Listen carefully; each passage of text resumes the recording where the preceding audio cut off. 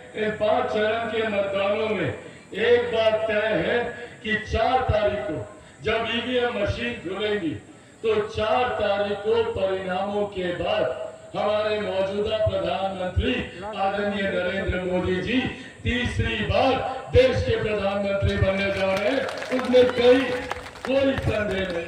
तो जब हमारे प्रधानमंत्री तीसरी बार देश के प्रधानमंत्री बनने जा रहे हैं तो ऐसे में जरूरी है कि हम लोग मुख्य धारा के साथ हम लोग जुड़े।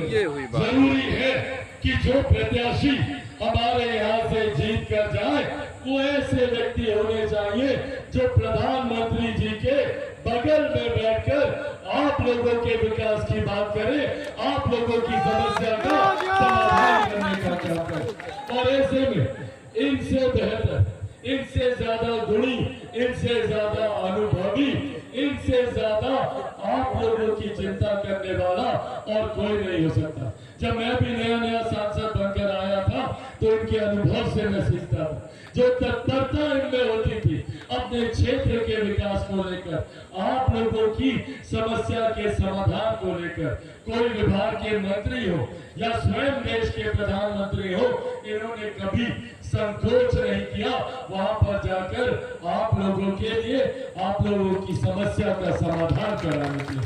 तो ऐसे में जहां एक तरफ हमारे देश के प्रधानमंत्री हमारे देश को विकास की राह पर तीव्र गति से आगे बढ़ाने का काम कर रहे हैं। आज से 1 दशक पहले हम में से कोई नहीं जानता था कि भारत की अर्थव्यवस्था क्या है, हम में से कोई नहीं जानता था कि हम लोग कौन से पायदान पर है, पर आज हम लोग को गर्व होता है और हम लोग गर्व से कहते हैं कि दुनिया की 5वीं सबसे बड़ी अर्थव्यवस्था भारत है, तो ये देश हमारे प्रधानमंत्री आदरणीय नरेंद्र मोदी जी की है। साथियों, जब देश की अर्थव्यवस्था मजबूत होती है तो हर राज्य का राजस्व बढ़ता है, हम लोग के क्षेत्र का आर्थिक विकास होने लगता है, प्रति व्यक्ति आय में इजाफा होता है, हर गरीब व्यक्ति के हाथ में ज्यादा कमाई आने लगती है। और इसी का परिणाम है कि पिछले 10 सालों में 25 करोड़ से ज्यादा लोग गरीबी रेखा से बाहर निकले। आज जब हमारे प्रधानमंत्री ने लक्ष्य तय किया है कि 2047 तक भारत को विकसित देश बनाना है, तो 2047 तक भारत का हर एक राज्य विकसित बनेगा, हम लोग का बिहार प्रदेश विकसित बनेगा, हर एक जिले को विकसित बनाया जाएगा, हर एक प्रखंड, हर एक पंचायत, हर एक गांव को विकसित बनाने की सोच के साथ हमारे प्रधानमंत्री जी गरीब कल्याण की योजनाओं को धरातल पर उतारे। सोचिए, दिल्ली में बैठे एक प्रधानमंत्री ने गांव में बैठी एक महिला की चिंता कर शौचालय बनाने का काम किया, इनको उज्ज्वला योजना देकर घर घर गैस का कनेक्शन देने का काम किया।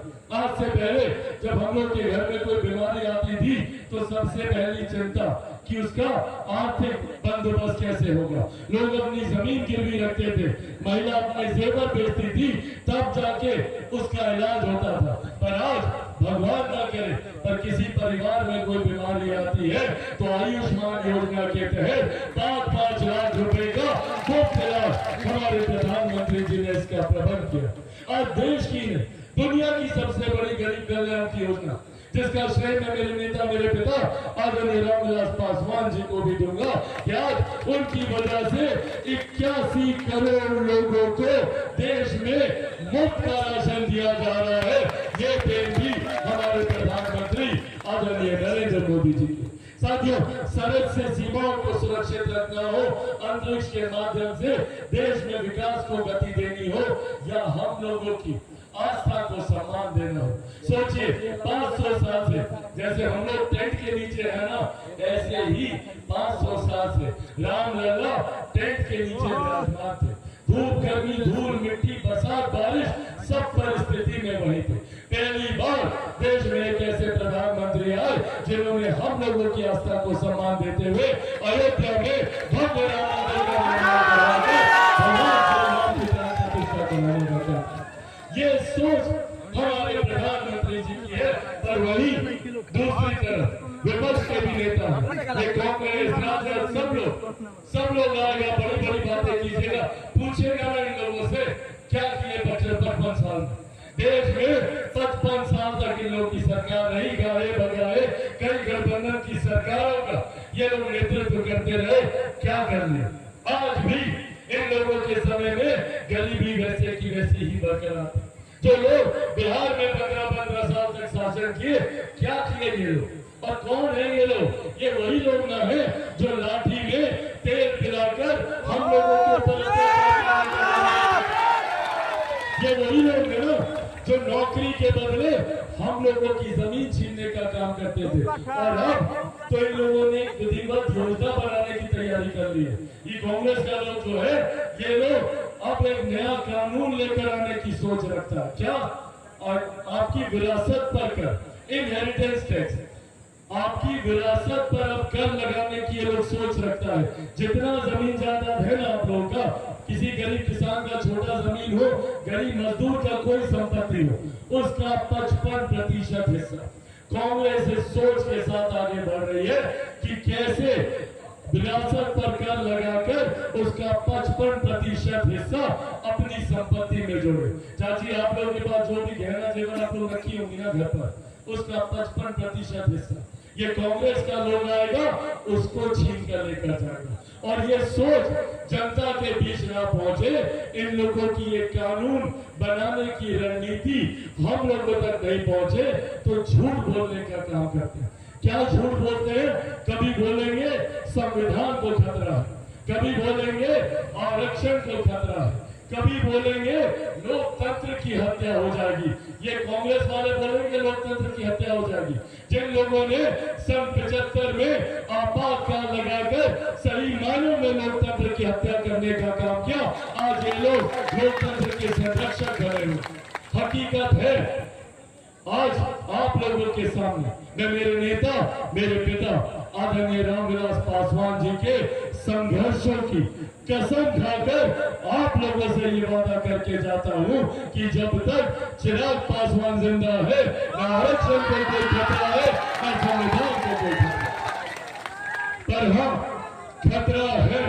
खतरा है तो इन महागठबंधन के लोगों से जो हम लोगों की गरीब कल्याण की योजनाओं को बंद करना चाहते हैं। यहाँ पर हमको हाथ उठाकर बताइए कितने लोगों को प्रति माह 5-5 किलो अनाज मिलता है? एक बार हाथ उठाकर बताइएगा। अनाज मिल रहा है ना? मिलता है ना? ये सब बंद कर देंगे। ये कांग्रेस राजद का लोग आएगा तो 5 किलो अनाज प्रति माह मिलना बंद हो जाएगा। जितना आयुष्मान के माध्यम से 5-5 लाख रुपए का इलाज होता है, इसको बंद करवा देगा। जो किसान सम्मान निधि हम लोगों को मिलती है, उसको बंद करवा देगा। प्रधानमंत्री आवास योजना, मुख्यमंत्री आवास योजना, ये लोग चाहता नहीं कि कोई भी गरीब आगे बढ़े। ये लोग चाहते नहीं कि कोई भी गरीब विकास की राह से जुड़े। जात पात धर्म मजहब में सिर्फ बांटने की ये लोग राजनीति करते हैं और बार कर हम लोगों को अपनी राजनीतिक रोटियां सेकने का काम करता है। आज जितने मेरे युवा साथी हैं, आज सबसे मैं ये आह्वान करता हूँ, पहचानिए अपनी ताकत को। 65% युवा बिहार में ऐसा है जिनकी आयु 33 वर्ष से कम है। अगर हम लोग एकजुट हो जाए, अगर हम लोग एकत्रित हो जाए तो दुनिया की कोई भी ताकत हम लोगों को आगे बढ़ने से नहीं हो सकती।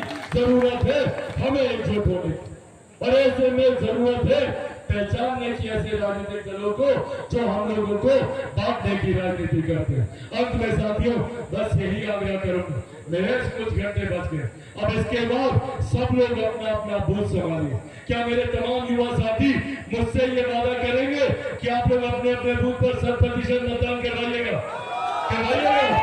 पक्का वादा? ऐसे नहीं, दोनों मुट्ठी बांध कर वादा कीजिए। पक्का वादा? अपने बूथ पर 100% मतदान। कोई बुजुर्ग, कोई महिला, चाचा चाची, दादा दादी, नाना नानी, अड़ोस पड़ोस, यार दोस्त, रिश्तेदार, कोई नहीं छूटना चाहिए। सबको मतदान केंद्र 25 तारीख को आप लोग लेकर जाएंगे। और कितने नंबर पर बटन दबाइएगा? कितना?